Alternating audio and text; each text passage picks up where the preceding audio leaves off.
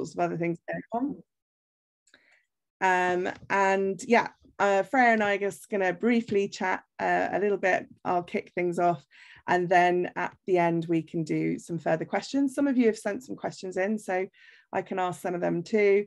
But if you think of something as we chat, you can put it into the chat box, and Simon will pick that up as we talk. So welcome, Freya Bromley. A few years ago, Freya set out to swim in every tidal pool in mainland Britain. It was a way to deal with her grief.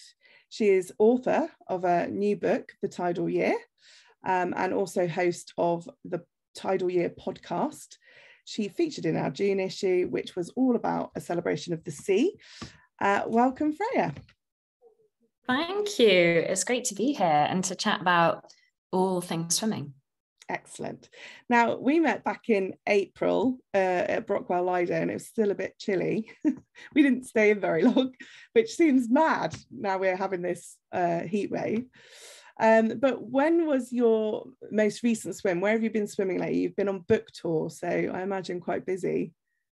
Yeah, book tour is great because it means there's new places to swim, and often people that come to the book events, I'm like, where's good to swim? And I was in Totnes recently, so went to the coast and did a bit of the Southwest Coast Path. So I went to Gara Rock Beach, which was very quiet. There weren't many people there, and the water has that. This is my favorite time, I think, kind of to swim, because it still feels quite cold when you first get in, but you can stay in for so long, and the waves were quite rocky. So initially I was thinking, oh, I'm not sure about this, but we kind of got a bit tumble dried, but it was quite fun because some of those swims, you often have a lot of adrenaline with them. So it was quite fun to play games in the water. So yeah, Gara Rock Beach, which is quite a glamorous, most recent swim. So I'm happy to be able to brag about that. Sounds lovely. I mean, love that part of the world, and Totnes as well is a lovely place to be. And where are you today? Are you at home? Are you in London? I'm at home, I'm in London. And so my nearest place to swim is Brockwell Lido, which is where we've been, of course, which has a great community as well. So I feel like I'm very attached probably to, I don't know if other people can relate to this, but I feel like a big part of my identity with where I live is also because of where I swim. I think in London, especially, feeling neighbourly or feeling like you belong to a community isn't always easy, but it's really easy when you go to the Lido because everybody chats, everyone looks out for each other, you see the same faces. So yeah, that's where I'm based. Excellent. So some of you may have bumped into Freya on her book tour or at Brockwell Lido. So the Tidal Year came out in May. Mm-hmm. Yeah, 4th of May. Yeah.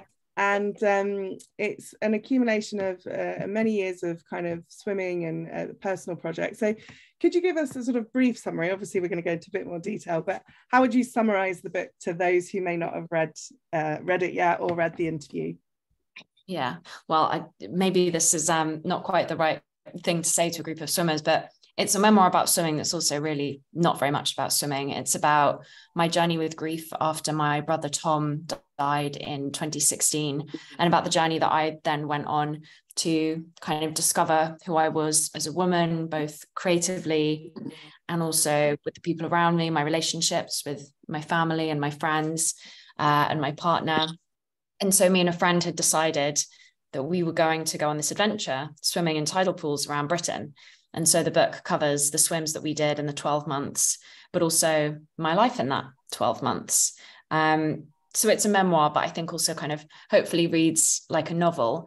And also I think tries to put into words the very particular feeling of why cold water is so special and so healing. I think it's a lot about how incredibly powerful nature is as an antidote to a lot of what all of us go through in life. And that's something that can be quite difficult to put into words. So it took me a lot of words to do it, but that's a lot of what the book is about. That's a nice summary. I will just apologise now. I've had a very annoying tickly cough for weeks. So I'm trying to mute it every time I'm going to go into a bit so you don't all have to hear. So we covered this in the interview in our June issue, but a lot of this kind of swimming and getting into cold water was kind of triggered by the passing of your brother Tom. So for those who don't know, Tom died of a rare bone cancer when he was just 19. and coming from quite a tight-knit family unit, it obviously had a massive impact on you and your family. So let's just talk a little bit about Tom. Tell us what he was like, and what kind of brother he was, and the things you got up to together.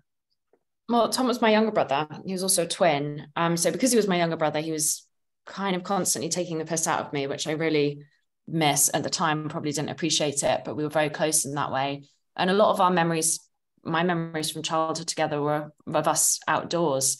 And I'm really grateful now as I get older to think that my parents gave me that we were always outdoors. I think you take that for granted when you're younger, but we were often in the Lake District or Dartmoor, and we were always encouraged to climb trees and play and get in water. And Tom was a sailor, so he loved sailing, which was not what I was into, but we used to swim a lot together. So he was a lot more adventurous than me, and also very tall and quite funny. So yeah. And also Tom was a twin, so he was, and had, me and his twin, my sister Emma. So he was also very caring for a teenage boy, which was a nice quality. That is nice. And after he passed away, fatal error there. This is the beauty of online events, is that it's like life happening in real time. It's nice. I'm usually quite good at putting my phone on the airplane mode. Not today. Mine shares, but I can't do who shares. Someone else is. Make sure you're muted, guys, because we can hear a little bit of background noise. Tell me who's. Just 1 second. Gonna put it on airplane mode. There we go. Where was I? Sorry, guys. Oh, that's right. I was going to say, so after a while, after Tom passed away, you obviously felt a little bit discombobulated. You were really deep in grief and going through a really difficult time. And you met someone at a grief processing retreat or something? And they talked about the Hampstead Ponds. Yeah, really, I think when somebody dies, I'm sure other people on the call have experienced this. Even when someone's ill, it's incredibly shocking. I think there's something about it that your brain can't really process, especially somebody that you've grown up with, or anyone really. And so I was in quite a deep state of shock, which, if anything, I think quite surprised me, because Tom had been ill. So I wasn't really anticipating feeling like that, or feeling what it would be like to cope. I also wasn't aware that grief physically hurt so much. I wasn't aware that it hurt as pain in your body until it happened. So I kind of was just distracting myself at that point. So I was just busy all the time. And my mum had suggested that I go to a meetup for other people that had lost siblings. And there was only one a year just for siblings. And I think if there hadn't been that kind of time pressure of there's a certain amount of spaces and one a year, I probably would have cowered it out of doing it. And so went and met this other young woman who'd lost her sister, and we became very good friends. And she said to me that on New Year's Day, she would be going to the Hampstead Heath Ladies Pond swim. And I just was so lost at that point in my life and was doing all the wrong things to cope, that being at home and being at Christmas, and Christmas is just an awful time when you've lost someone, because none of your traditions make sense. All of the things that you do as a family are either too painful, or doing them is too painful the other way. So I thought, okay, New Year's Day, I need something that's completely different. And a swim sounds like the kind of thing that somebody who's in control of their life would do. So I went with her to the Ladies Pond swim, and there was just this amazing atmosphere. It was full of people. Everyone was wearing Christmas hats and just swimming costumes. I hadn't really known if people were going to be in wetsuits or what they were doing. And everyone was sharing food. Everybody had brought something and just had agreed to share it with everybody. There was also mulled wine, which was very nice. And I think maybe subconsciously, I was so drawn to that atmosphere because it was an atmosphere of strangers in London caring for people. And I think when you're at the pool or you're at the ponds, that's what people are doing. They're kind of going, we may not know each other, but we're all here to be together in some way and to look out for one another. And that became very addictive for me. So when people say to me, well, when should I start swimming? I want to get into swimming. I usually say start in August, September, and then go throughout winter. Whereas I started on the 1st of January and then just was totally hooked. and went since then. And so if anybody hasn't been to a New Year's Day swim, I'm sure there are lots of people that have their local favorites wherever they are. But that's how I'm always more of a New Year's Day than a New Year's Eve person now, because the atmosphere is just amazing. It's a very good way to start the year. It is, yeah. I like a New Year's Day swim. Lots of funny, interesting years of swimming have started on New Year's Day in water. And it was that kind of led you to go on a swimming retreat to Cornwall. Yeah, I really loved swimming, but I didn't really have people to go with. I don't know if anyone else can relate to this, but when I first got into swimming, I thought there's places I'd love to go outside of London, and I'd see pictures of amazing swims, and I just had nobody to go with. And I wasn't really quite confident enough to turn up on my own and hope that I'd meet someone. So I'd probably been looking at, websites like Outdoor Swimmer and things like that online for swimming holidays, swimming trips, and found this one where a group of women could go, and you could go on your own, and it would be 10 women who were on their own, and you would swim around Cornwall, and you'd all have your meals together. And I signed up and met a friend, and we became great friends. And it turned out that we actually lived both in south of London.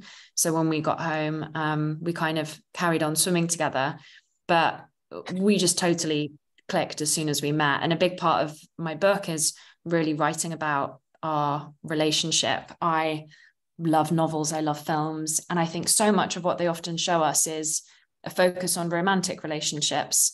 But for me, some of the most formative relationships in my life so far have been my friendships. And so it was really important to me to write about my friendship with her as a really important and significant love story, because I think it's important to find romance and care in the relationships that we have with people. So, writing about how we met on like the platform of Truro Station was almost like love at first sight. And I think that's really important, because the people that we go swimming with and we have these amazing adventures with, there's a huge amount of romance in that. And we shouldn't just be looking for romance from our romantic partners, but our friends and our swimming buddies too. So that was how I met her. And she's the person that I went on lots of tidal pool swims with. Yeah, and so you met in Cornwall. This is Mary in the book, and you were then in South London, just serendipitously in the same part of London, and so you decided to, venture out on a day trip. Where could you go for a swim outside of London? And you came across the tidal pool in Margate, and you hadn't really come across tidal pools before that, had you? No, I hadn't. And we researched that we could go for a swim not far from London in Margate. So went there to Walpole Bay. And actually the first time we went there, we found Marine Terrace, which is a lot nearer the station, and just mistook that was the tidal pool. But obviously Walpole Bay, which is about a 30-minute walk from the station, and a great weekend trip for, wherever most people are based, because it's really accessible by train, is one of the biggest, it is the biggest tidal pool in Britain, because it's exceptionally large, and it's an amazing, amazing place to swim and has a really nice community. So I was just fascinated of I've never seen these before. It's like a way that you can swim in the sea, but there are no riptides, there are no strong currents. So it's really safe. So I kind of began researching, why is this there? How long has it been there? Where are there more of them? And why are they where they are? And I couldn't really find a lot of conclusive information about them. And that kind of spurred me on to begin collecting a lot of that research myself. I think firstly, I'm a little bit of a project manager at nature. So whenever I kind of get a bit obsessed with something, I have to find a way to do it in a very organized way. But also I think I'd just begun to be in a path of really looking after myself, and cold water swimming really made my grief feel quite manageable. So it was almost as if, well, if I keep doing this thing, then I'll just feel better. In some ways, I thought, if I keep doing this, I might be fixed. I might move on. And so I hoped that if I would commit to this adventure, then that would be the kind of feeling I would reach. And of course, spoiler, you don't move on from grief. You just learn to live with it. But I think that was the intention behind the obsession, really, at the beginning. So yeah, that was the first swim I went to, was Margate, but not quite Walpole Bay. I meant to go to Walpole Bay and went to the wrong tidal pool, because they're so lucky. They actually have two. Yeah, they do. And then it was from there that you and Miri kind of formed this idea. She seemed to be keen to go along with you, and you went. The next one was Wales, the blue pool. Yeah, and I should probably say what a tidal pool is, because some people are probably like, what is it? So a tidal pool is kind of similar to a natural seawater pool. So almost like a large rock pool that fills with salt water on an ebbing tide. But what makes it different from a sea pool is that there's some kind of man-made element. So whether that's that there's metal steps, or there's a cement boundary, or a concrete wall, you can take a man-made element to mean that dynamite has been used to create it. So it's kind of this perfect mix of an architectural harnessing of nature. So there are these amazing natural places to swim, but that humans have harnessed to be able to swim in a safe way. And so really they're quite a safe space to swim within the sea. So if you're worried about being carried out, or there being really strong currents, they can be a really safe way to experience the sea. And I mean, one of the reasons that I love that is you can be in the sea on, maybe quite a dangerous day. There was one swim we were doing when we were on the east coast of Scotland, and the waves were crashing against the cliffs and it was so stormy, but we were in this tidal pool that was totally protected. So it felt like we were in this almost like still saucer of milk, but we got to be really in the elements. And that's a really amazing feeling, a very immersive feeling that you don't get much elsewhere safely in the sea. And so how did you go from there to, you sort of just said as well that there wasn't much around there, so you wanted to start to capture where these pools were, document them. So how did you start to discover them? How did you start to map them and plan your trip? A lot of Googling, and a lot of that Googling led to, honestly, in the end, I was like on Google Map aerial view, kind of going around the coast, trying to see if I could even find anything that wasn't documented, which kind of around Canby Island, actually, we saw a few that we hadn't read much about. And that was how we found those. Also library books. But the more I kind of began to share on social media what I was doing, the more people would message me about them. And that was really nice as well. I think community can be really helpful, especially on Facebook. Swimming has an amazing community on Facebook. And so I would kind of begin to meet a few different people who would tell me lots about it. And it's funny because tidal pools often seem to be in a little cluster. And I've never really understood why that is. But I wonder if partly, if you get to Walpole Bay, that tidal pool really came about in the renaissance of British seaside holidays. And so when they made that pool in the Victorian era, I wonder if, not far in Broadstairs, people were like, have you seen what they're doing in Margate? We should make one of these, because you then get a few around that Kent coast. And then not much else as you get up into kind of Norfolk. I also imagine maybe it's a lot to do with the conditions of how windy it is. But there seems to be this really idea of these ideas spreading quite naturally where they were. And another place where there's quite a few in a cluster is in the east coast of Scotland.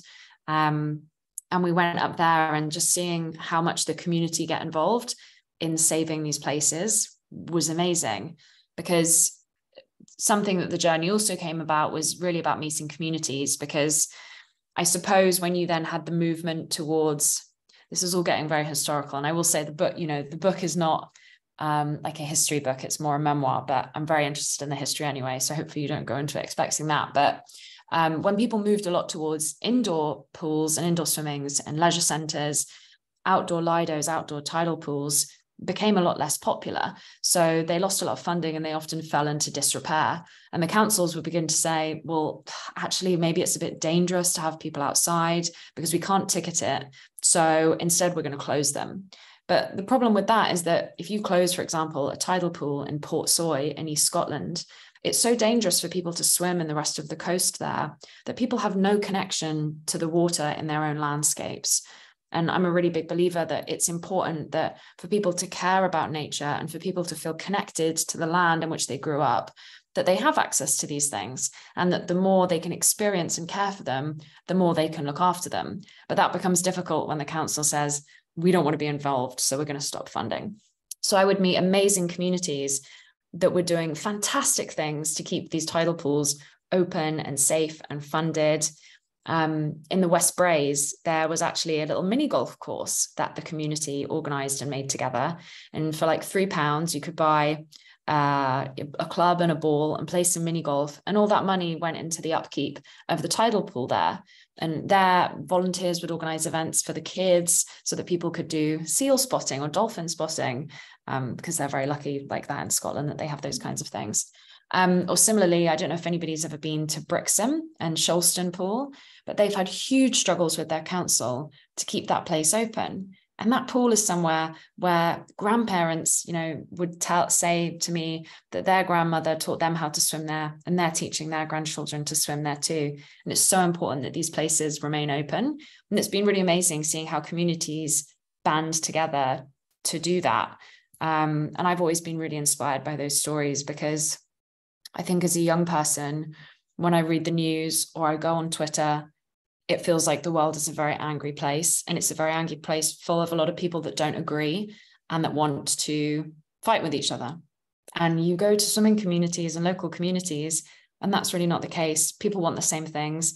They want access to their landscape and for it to be healthy. They want a place for their children to swim and be connected to the outdoors. And they want community. They want somewhere where they can go and to say hello to people that they recognize.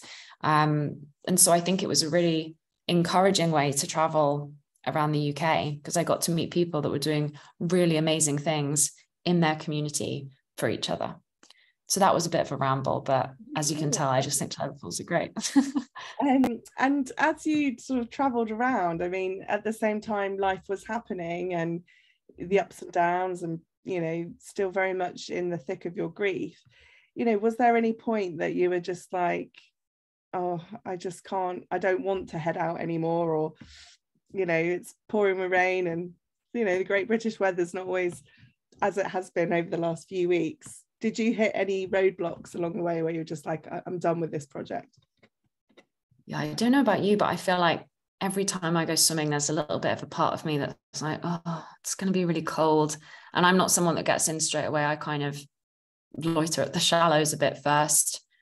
And so I do find there are lots of times where I still find it hard. And I wonder if anything, that's how it connects me to grief, because, my partner always says, like, you never regret a swim. And it's so true, because after I always feel amazing, but I have to get through that feeling of kind of mild discomfort in the beginning. And I guess that's a little bit like grief, or like life, is that you have to keep stepping forward, and you always feel better when you get out of bed and you face a day. And I think swimming in many ways actually makes me feel more courageous, because after I feel like I've achieved something that maybe was a little bit difficult in a small way. And I think actually having that sense of courage is hugely important. Like, there's a lot of research that shows that swimming's really important for mental health. And for me, that's one of the reasons why, because it makes me feel brave when I get out, when your skin's like ablaze. That's an amazing feeling that you come out feeling new. But roadblocks, definitely travel organization, especially when you're working with the time. If we'd go down to Dorset and back from London in a day, you had to make sure that your train and your bus connection was going to be right, and what time the tide was going to be there. And, once we arrived at Tunnels Beach in Ilfracombe, which is an amazing swim, I'd really recommend that. It's a lovely weekend trip. But we'd got the timing wrong for the tides. We had to go and sit in town for like 3.5 hours, and it was fine. But I think if anything, it taught me the swims we did very early on. I was so obsessed with the idea of missing buses and the trains. And then you kind of get on a different time schedule, which is that the day or the trip or the swim takes what it takes, and we can't really plan all of it because we can't plan for the elements. And so I think I'm a lot more laid back than I used to be, but that's definitely after like quite a lot of missed train connections. Yeah. And I mean, I think it's great. I mean, I know you travel by car on some of them, but you did travel a lot by public transport to get to a lot of these places. And, some of them are like Margate, a walk from the train station, but some of them aren't. No. Do you have, and this, you must have been asked this a billion times since the book came out, but do you have favourites? I always have favourites. Yeah, I think one of my favourites was Trevone Bay, which is also kind of known as Rocky Beach in Cornwall. And just when you look out from the cliffs there, you just feel like you're at the edge of the world, and the rocks kind of slope together. So you have to make sure you're kind of bending your knees so you're not going to fall over. And the reason that swim was my favorite was just because the sky was kind of just about turning to set that day. And we were really tired. We'd missed a lot of travel connections, and I was kind of grumpy. And then I got there and it just was beautiful. It was amazing. And so it was a combination of the sun and the sea and the sounds and everything.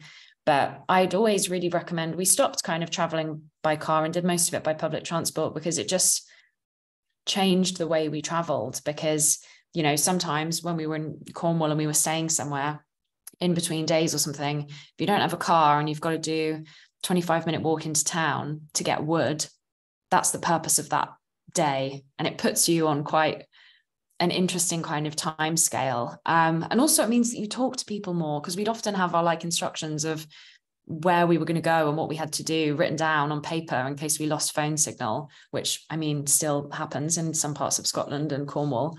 And so we had to chat to people, and it was great.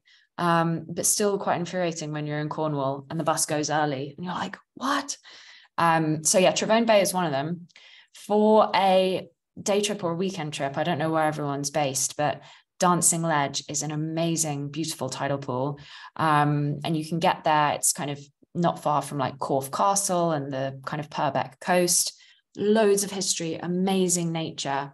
And right at the end, you kind of have to do a bit of a scramble and kind of jump down from the cliffs. So your adrenaline, your heart's really pumping just before you get into the cold water.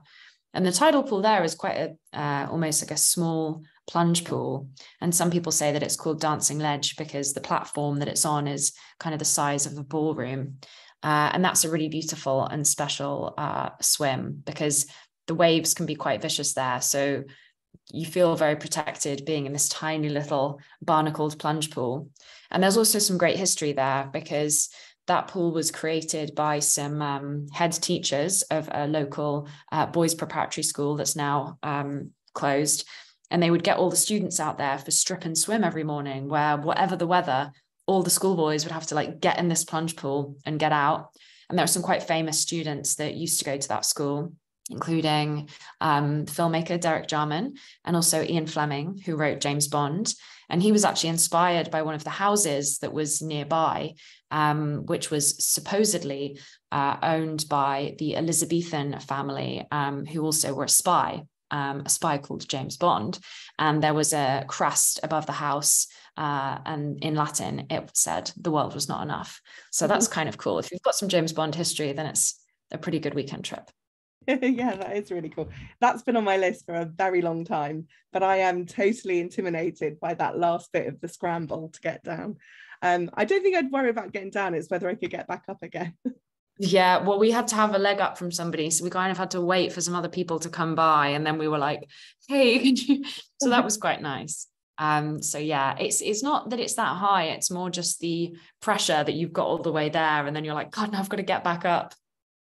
And it was kind of this community and the people you met that kind of inspired your podcast of the same name, the Tidal Year. And that's what came first, wasn't it? You started sharing some of these stories of the community and the people you met through a podcast.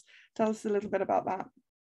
Yeah, well, I always kind of like to say it's a podcast about swimming that's not really about swimming, because I think, you know, how I got into swimming is very related to grief and my brother for me. And I found that more and more, whenever I would go swimming, a lot of people had a story for why they were doing what they were doing.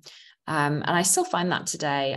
There was a woman at Clevedon Marine Lake who said to me, "What's your story?" And she was like, everyone who has a swim has a story, whether that's heartbreak or, you know, a loss or addiction or whatever it is that they're working through.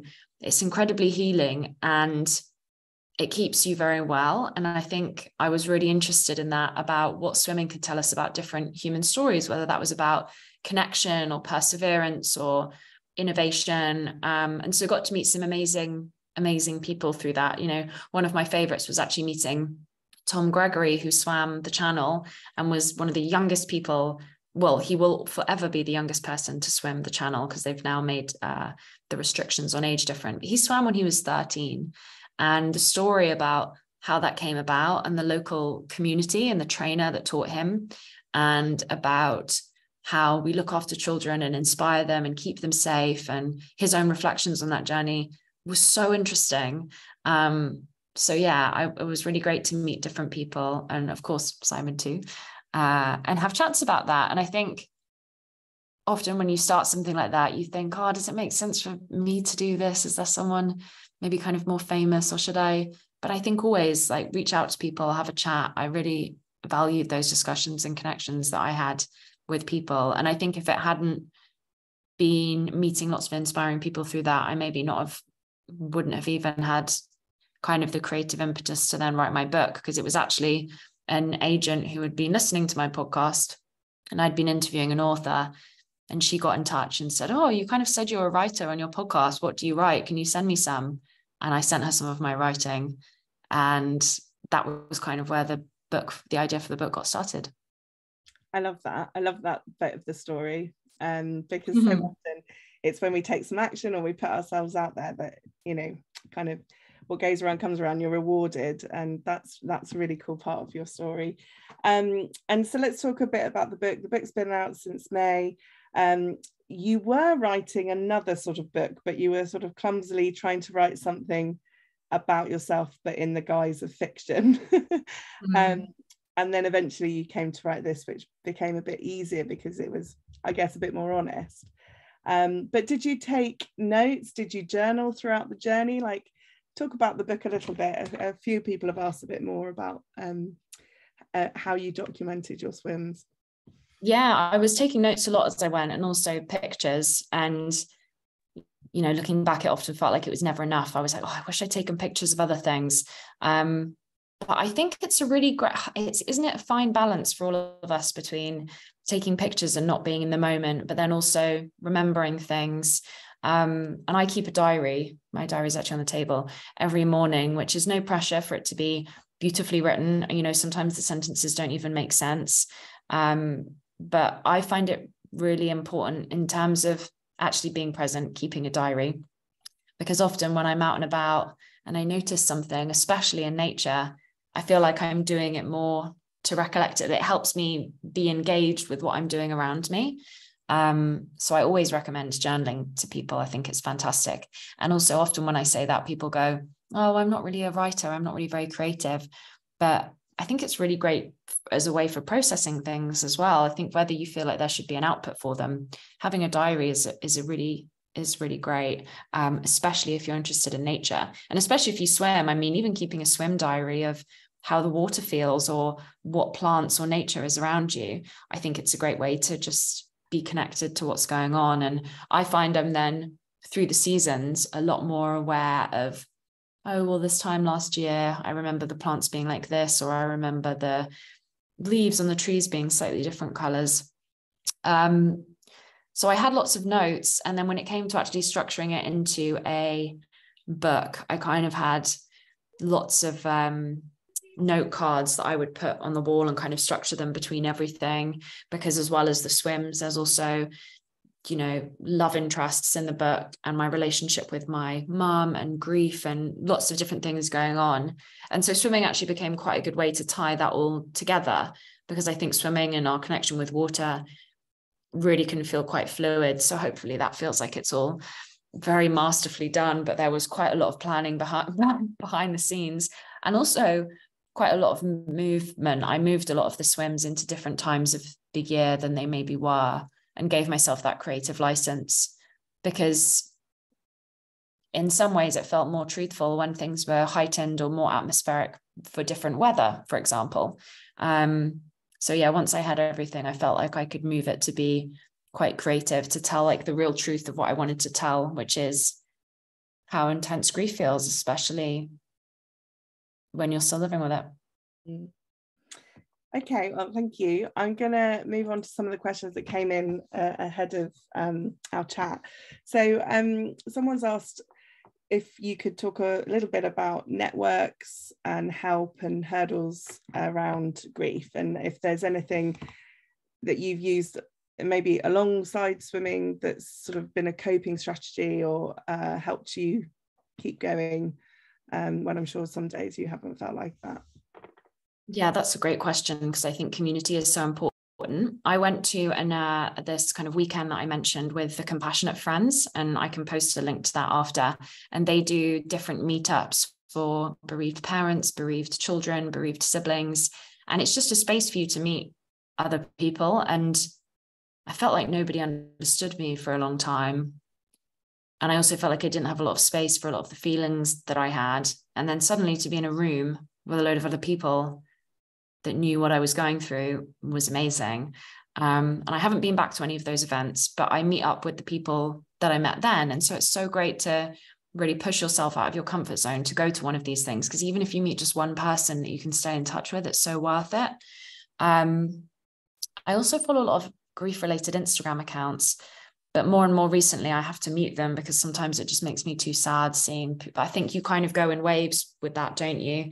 I also really like the podcast Griefcast, and that's really nice. If it's evening and I'm on a bus and I feel like I can have a bit of a private commute, I'll maybe listen to one of those. So that's very good.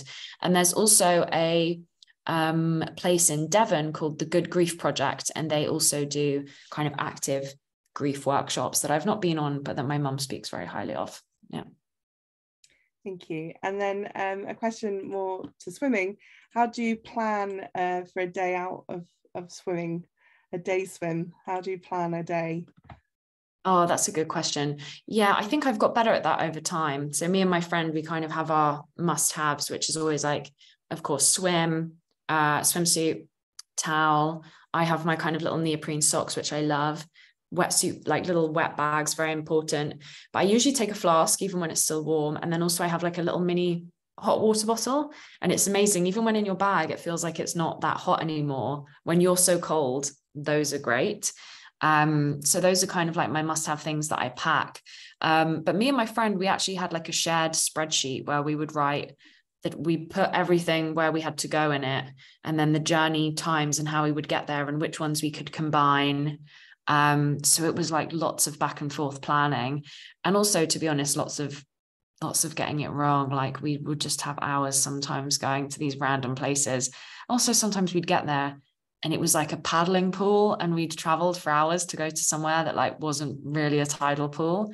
But I think the essentials for a day trip out is good company and something to keep warm after, because even when it's sunny, you never really anticipate how cold you get if you stay in too long. And of course, snacks. So researching if there's going to be food, and if not, making sure you have something in your bag.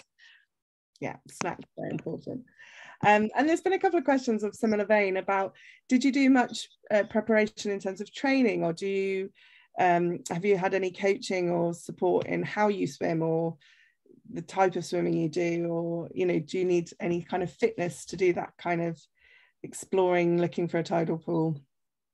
I think that's why tidal pools are great, is because they're, except for something like Dancing Ledge where you have a bit of scramble, they're really accessible because they're often quite small. They've often got walls, and that's great. I'm very much a breaststroker. So, but Jo, Miri, my friend, she's given away her privacy. My friend, she is a goggles on person. So we do very different types of swimming. She's doing the Bosphorus swim coming up soon, which is very exciting for her. So it's quite funny when we go swimming together, because she's got a cap and goggles and is really doing lengths. Whereas I'm more there to kind of have a bit of a splash around, and there's kind of no real wrong or right. But I know that she actually goes to the Brockwell swimmers. So she's been having lessons, but that's not something I do at the moment. I'm there. I'm a bit of a dipper, really. Yeah, I mean, you're right. That's the beauty of a tidal pool, is you can go as long or as far as you want. You can enjoy a dip, or you can do a bit of a longer swim. And there's been 3 of similar questions about what might be next. Do you have another project or a swimming challenge in mind, or maybe you've started?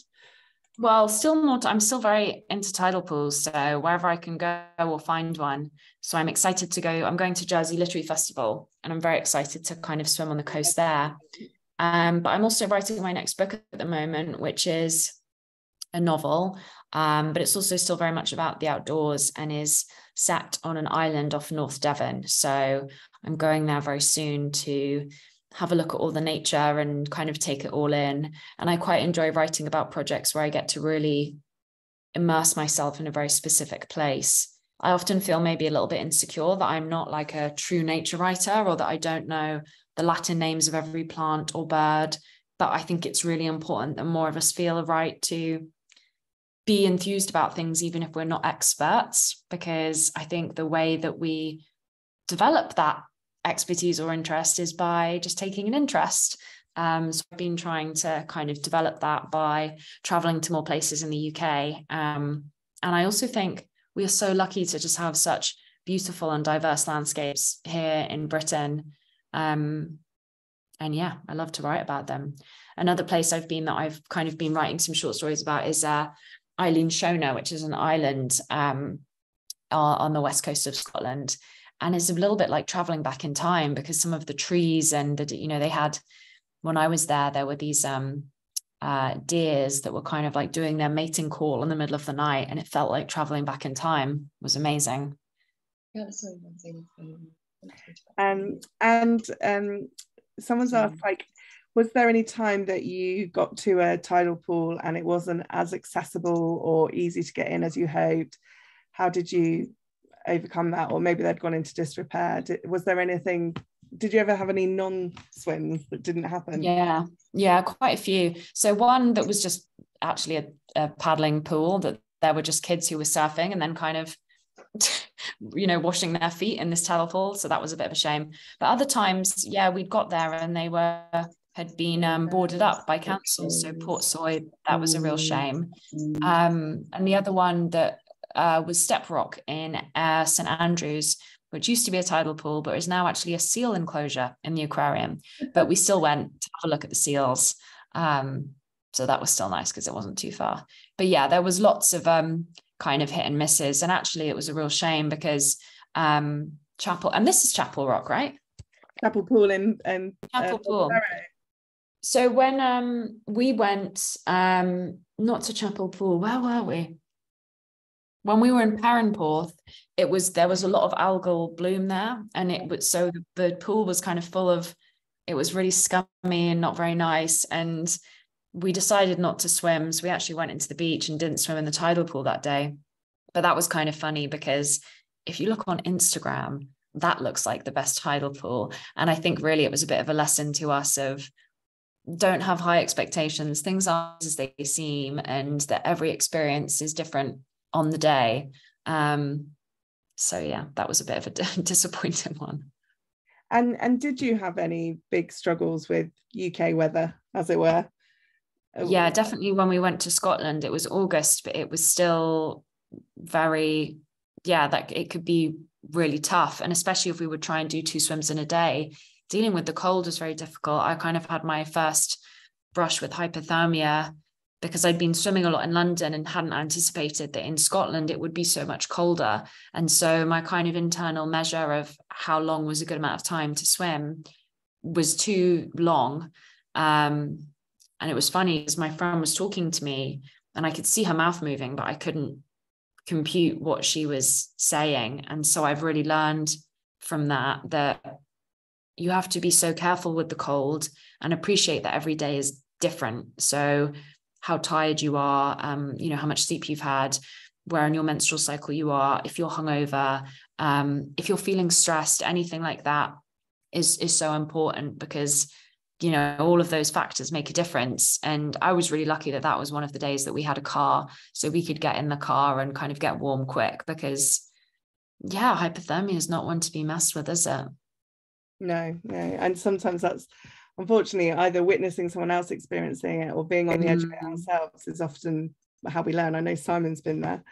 Lots of comments saying, thank you, just downloaded the audio version, just ordered your book in hardback. So people are purchasing that's nice. as we speak. I've gone through most of the questions that we've had. I mean, some of them are doubled up, but if anyone has a question that they haven't had answered or that it's on the tip of their tongue, please post now onto the chat.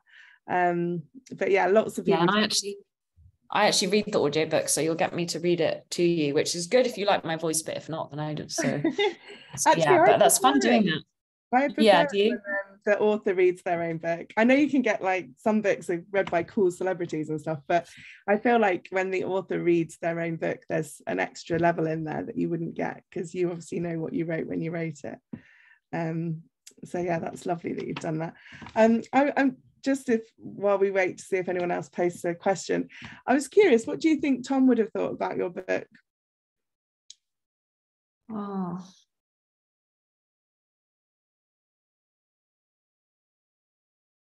Did he always know that you wanted to write? yeah, he did. Yeah, which is funny. I think I used to write a friend messaged me from school that I hadn't been in touch with in years and said, oh, I remember you writing stories and like bringing them in. And it's funny, often as children, when we're quite creative and then we become adults and we feel like we have to do grown-up things. And I drifted quite far from that. So I wonder maybe if that would be more expected to Tom than even some of my closer friends now. Because he was my little brother, I think he would have probably found ways to make fun of me for it. But then secretly being quite proud. I think that's nice. He was always, I think, kind of proud in general. And also I think he would have liked to come. My sister is not really much of a swimmer in adult life, but has been on a few with me because I've been so into it. And that's been really nice to have as a shared experience as we get older, is doing something new and quite adventurous together. And I often think, one of the most painful things about grief is like when good things happen in your life and then someone isn't there. And I have a partner now and we're very in love, and I feel very sad that Tom won't meet him. And we were kind of hanging out with my sister on the weekend, and I was thinking, oh, I wonder how this would be different, because we probably would have all gone to the beach together because Tom was very into swimming. But really, I think we have different people in a family, and some people like to be like, what would we all do together? And my kind of way of coping is to think that it just wasn't meant to be, because otherwise it just makes me find it just gives me too much new loss to cope with. And it's like new losses all the time of things. My mum will often be like, oh, imagine what Tom, and I'm like, oh, I can't. So yeah, we've had a few questions come in. Someone's asked if you've got any plans abroad, going on adventures abroad. Am I? There's a new book coming out, isn't there, in August from Bromley, which is all about sea pools across the world. There is. Haven't you? I've seen. Yeah, there's an essay. If anybody wants to get a coffee table book for a Christmas present or request one, that Chris Bromley's Sea Pools book is going to be beautiful. Have you got a copy? Look at that. Yeah, I noticed that you'd written a piece for it. So yeah. Oh yeah, there's an essay in there that I wrote.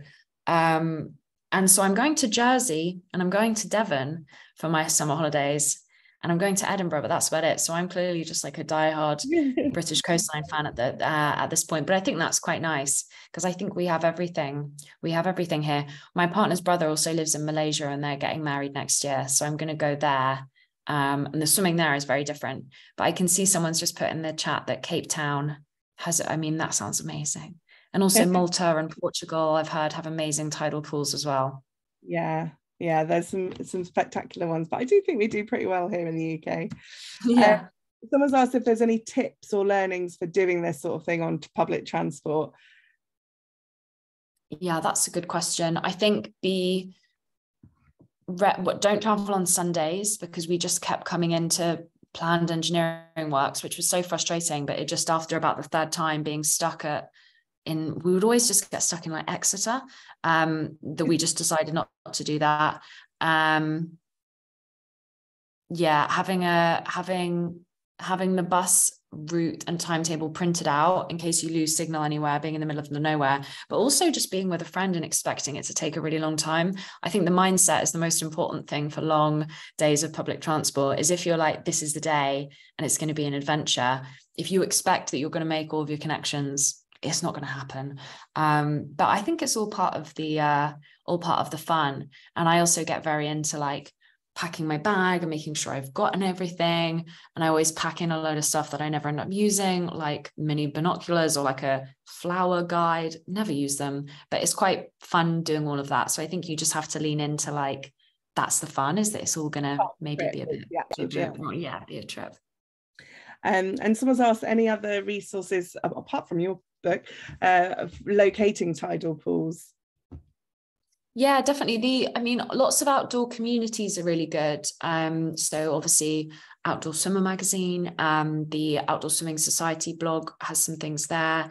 Also maybe like checking your local mental health swims community or different Facebook communities. At the front of my book, there's a map, which isn't like the most detailed map ever, but that's got a whole list of a few. So maybe you can see which ones are near there. Chris's book is going to be amazing for someone's further afield. I think that's going to be pretty good. Well, it looks like you've got an invite to the US. We have quite a few readers in the US. So Melissa's asking if you're planning on going to the US with your book, and Seattle has where it's at. I'd love to go to Seattle one day. I wonder what the swimming in Seattle is like. Post in the chat. I'd be interested to know. Yeah. Well, there's not rights in the US at the moment, so we're hoping that someone will take the international rights, but I always had kind of assumed that the book would be so English. I had an American friend who read it, and I think lots of the references in it, I talk about desert island discs in it quite a bit, and it was totally over her head talking about, so we'll see, but hopefully someone in the US will be interested to take the rights.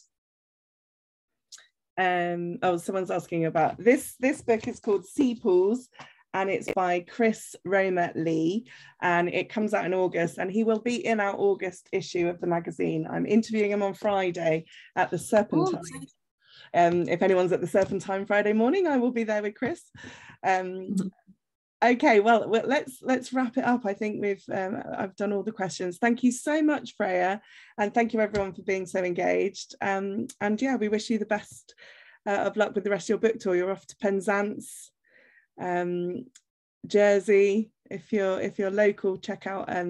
You've got a website, haven't you, with all the book tours? Yeah, I do have a website where you can see some of the events I'm doing, and also on Instagram I often post there. And sometimes as well we do book tour events where we meet at the bookshop and then people go for a swim. So it might be a nice way to meet some friends. But thank you for all your amazing engaged questions. It felt like we were in a bookshop together. So it was really nice to kind of chat to all of you. Lovely. Well, thank you very much, and thank you everyone. We'll see you next month. Thank you for joining us. I think, Ella, we're gonna have to try and get Chris Bromley on here. Do you know what I wrote down while we were on? Chris Bromley for the August virtual. And then Freya will make sure you come along, because you can then ask him asking. I'd love that. Yeah, that would be great. We have. Thanks so much for joining us, and thank you everybody for tuning in tonight. We have Patrick Barkham for the July virtual event, which will be, I think, on the 24th of July, who's going to be talking everything Roger Deacon. So if you're a Roger Deacon fan, we'll be chatting Roger Deacon then. But thank you, everyone, and we'll see you next month. All right. Thank you.